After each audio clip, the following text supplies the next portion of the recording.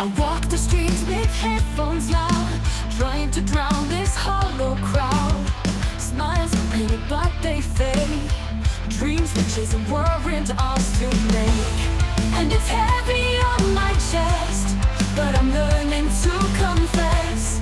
Even in the darkest night, I could see a flicker light. Life's just shadows and light. We're falling but we'll fight. Broken pieces still can shine. We're alive, we're alive. Through the silence, through the cries, we're the stars behind the skies. Even when the world feels blind, we're alive, we're alive. The future's cracked like shattered glass, reflections whisper from the past. Hello अस्सलाम वालेकुम my dear YouTube family, क्या हाल है आप सबके। उम्मीद है आप सब खैरियत से होंगे। मैं भी बिल्कुल ठीक ठाक हूँ। Welcome to a new vlog my channel Masti vibes with masala and mascara. तो गाइस, पिछले व्लॉग से काफ़ी ज़्यादा सस्पेंस तो पैदा हो ही गया होगा जब हम लोग बर्थडे की शॉपिंग वगैरह करने गए हुए थे। रात के 12 बजने वाले थे और हर कोई सो रहा था, लेकिन मेरे दिल में एक जज्बा जाग रहा था कि मम्मा के लिए कुछ ख़ास करना है। हम सब कहते हैं कि माँ सबसे ख़ास होती है, लेकिन कभी हमने उनके लिए वाकई कुछ किया है? आज मैंने सिर्फ अपनी मम्मा की बर्थडे नहीं, बल्कि सारी दुनिया में हर मदर्स के लिए एक मैसेज देने वाली थी कि हमें भी उनके लिए आउट ऑफ द वे जाना चाहिए। तो गाइस, सब कुछ रेडी था। एक छोटा सा केक, कुछ कैंडल्स और वो नोट्स और कुछ गिफ्ट्स। हर नोट के साथ मैं सिर्फ एक बात कहना चाहती थी कि माँ का प्यार का बदला तो कोई दे ही नहीं सकता, पर माँ के प्यार का एहसास ज़रूर कराया जा सकता है। और फिर जैसे ही घड़ी ने 12 बजाया, मैंने उस कमरे का दरवाज़ा खोला जहाँ मम्मा सो रही थी और मैंने उन्हें आहिस्ता से उठाया। मैंने कहा, मम्मा आपके लिए एक छोटी सी चीज़ है। मम्मा जैसे ही बाहर आई तो वो खुश हो गई और ऐसे लग रहा था कि मतलब वो इस चीज़ को एक्सपेक्ट ही नहीं कर रही थी। मगर उनकी एक्साइटमेंट देख के तो मुझे अपने ऊपर बहुत ज़्यादा फ़ख्र होने लग गया। फिर मम्मा ने सारे नोट्स पढ़े और फिर मम्मा आराम से बैठी हुई थी। अभी तो ये क्लिप्स मैंने तब बनाई नहीं, वो मोमेंट इतना ज़्यादा मेरे दिल के करीब था कि मैं उसको रिकॉर्ड करना ही भूल गई। मैंने कहा कि लिव इन द मोमेंट करते हैं और रिकॉर्ड में आप लोगों के लिए बाद में ये सारे गिफ्ट्स किए। सारा मेकअप, सारी ज्वेलरी, सारी स्किन केयर। और ऐसा है कि माँ को तो पता होता है कि उनके बच्चे को क्या पसंद है, क्या नहीं पसंद। चाहे वो छोटा सा कोई कलर क्यों ना हो जाए, तो कोई बड़ी सी बात ना हो जाए, मम्मा को सब पता होता है। लेकिन हमें भी तो पता होना चाहिए कि मम्मा को क्या अच्छा लगेगा। क्या पता हमें इतना पता ही ना हो, क्योंकि देखो उन्होंने हमें पैदा किया, लेकिन हम भी तो पैदा होते साथ उन्हीं के पास थे ना। तो हमें क्यों नहीं पता कि उनको क्या अच्छा लगेगा, क्या नहीं अच्छा लगेगा। तो फिर मैंने उनको एक बहुत ज़्यादा हमने टाइम पास किया, टाइम बैठे। उसके बाद हम लोग नहीं सोए। तो फिर मैंने मम्मा के सारे गिफ्ट्स खोले, हम सब ने साथ बैठकर। और ऐसे लग रहा था कि मुझे अपनी जो मैं 6 घंटे कंटिन्यूअसली शॉपिंग करती रही हूँ इधर उधर, उस सब का मुझे रिवॉर्ड मिल गया जब मैं अपनी मम्मा को इतना खुश देखा। आप लोग ये सारे बैग्स देख सकते हैं, सब कुछ देख सकते हैं।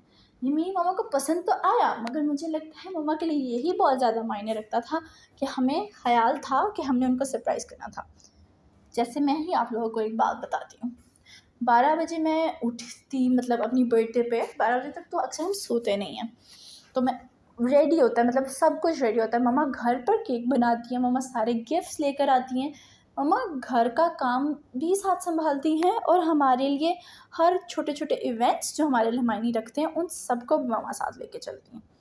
तो मेरी मम्मा को पर्सेस का, शूज़ का, मेकअप का बहुत ज़्यादा शौक़ है। बड़ा चुन चुन के मैंने ये शॉपिंग की थी और मेरे भाई ने। तो गाइस, मुझे लगता है कि आप लोगों को भी अपनी मम्मा के लिए करना चाहिए। दिस डज़न्ट मीन कि आप लोग अपनी पता नहीं कितने पैसे लगा लो, क्या कर लो। हमारी मम्मा के लिए तो पैसों का मतलब इन चीज़ों में कोई मायना ही नहीं रखता। अगर मैं अभी एक केक ले आती या एक फ्लावर्स का बुके ही ले आती, तो मेरी मम्मा ने बहुत ज़्यादा खुश हो जाना था। तो ऐसे ही होती हैं माएँ, बहुत ज़्यादा मासूम और काफ़ी ज़्यादा जेंटल और काफ़ी इस तरह से कि वो हमारी बातें मतलब सारी सुनती हैं, हमारे लिए आउट ऑफ द वे जाती हैं। लेकिन हम उनको एक छोटा सा कार्ड लिख के दे दें हाथ से, तो वो बहुत ज़्यादा खुश हो जाती हैं। तो गाइज़ आप लोगों को भी शॉपिंग अच्छी लगी होगी। मैंने बहुत ज़्यादा मुझसे सब पूछ रहे थे क्या लिया, लेकिन मम्मा के लिए सरप्राइज़ किया था और साथ ही साथ आप लोगों के लिए भी सरप्राइज़ किया था। लास्ट पे ड्रम रोल के बाद हम लाए थे एक ये मम्मा का सबसे ज़्यादा फेवरेट बैग। गाइज़ ये मम्मा की एक कहते हैं ना कोई चीज़ आँख देख के ही भा जाए वैसे का था, और फिर तब मम्मा ने लिया नहीं था, तो फिर मैंने लिया ये मम्मा के लिए शनेल का ये प्यारे से कलर का बैग। मम्मा को बहुत ज़्यादा प्यारा लगा और इसकी क्वालिटी तो मुझे खुद भी बहुत ज़्यादा अच्छी लगी। बस ये सारे गिफ्ट्स थे और मुझे तो लगता है कि इनसे मुझे कोई अफेक्ट ना हुआ हो अपनी पॉकेट मनी जमा करके ये लेने में, लेकिन मेरी मम्मा को बहुत ज़्यादा खुशी हुई है, जो कि मेरे लिए बहुत ज़्यादा इम्पोर्टेंट है। तो गाइज़ आज क्योंकि हमने 8 बजे खाना खा लिया था, 12 बज गए थे, उठने के बाद मुझे भी काफ़ी ज़्यादा भूख लग गई थी, इसलिए फिर मैंने मम्मा को कहा आ जाएँ, अब मैं आप लोगों को आपको मिडनाइट डिनर टाइप कराती हूँ। तो फिर हम लोग चले गए थे एक रेस्टोरेंट पर। पहले तो हम बाहर निकले थे, मेरा दिल था कोई फ़ास्ट फूड टाइप खाएँगे, लेकिन जिस रेस्टोरेंट पर हम गए थे वो तो था ही उधर फिनिशिंग हो रही थी, तो सब कुछ ख़त्म हो चुका था, कुछ मज़े का लग नहीं रहा था, सब ख़त्म हो गया था और फ्रेश नहीं होना था। मैंने कहा मम्मा चलो फिर हम देसी खाना खाने चलते हैं। तो गाइज़ मुझे तो उम्मीद है कि आप लोगों को मेरे आज के व्लॉग से काफ़ी ज़्यादा मोटिवेशन मिली होगी कि अपनी मम्मा के लिए कुछ करें, अपने पापा के लिए कुछ करें और अपने पेरेंट्स को खुश करें। आउट ऑफ द वे उनके लिए जाने में कोई बुराई नहीं है। तो फिर वहाँ पर हम गए थे, उधर भी ज़्यादा सालन नहीं थे लेकिन 2 बच्चे थे, फिर हमने वो मंगवा लिया और फिर हमने खाने को एंजॉय किया। तो उम्मीद है आप लोगों को आज का व्लॉग अच्छा लगा होगा। Please don't forget to like, subscribe and share my YouTube channel. अल्लाह हाफ़िज़।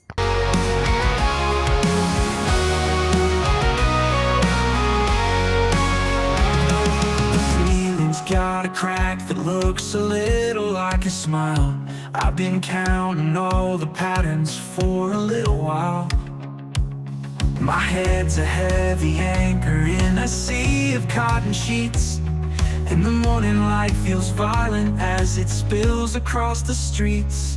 Another day to fabricate a version that is fine, to pour the hollow feeling into somebody's young mind.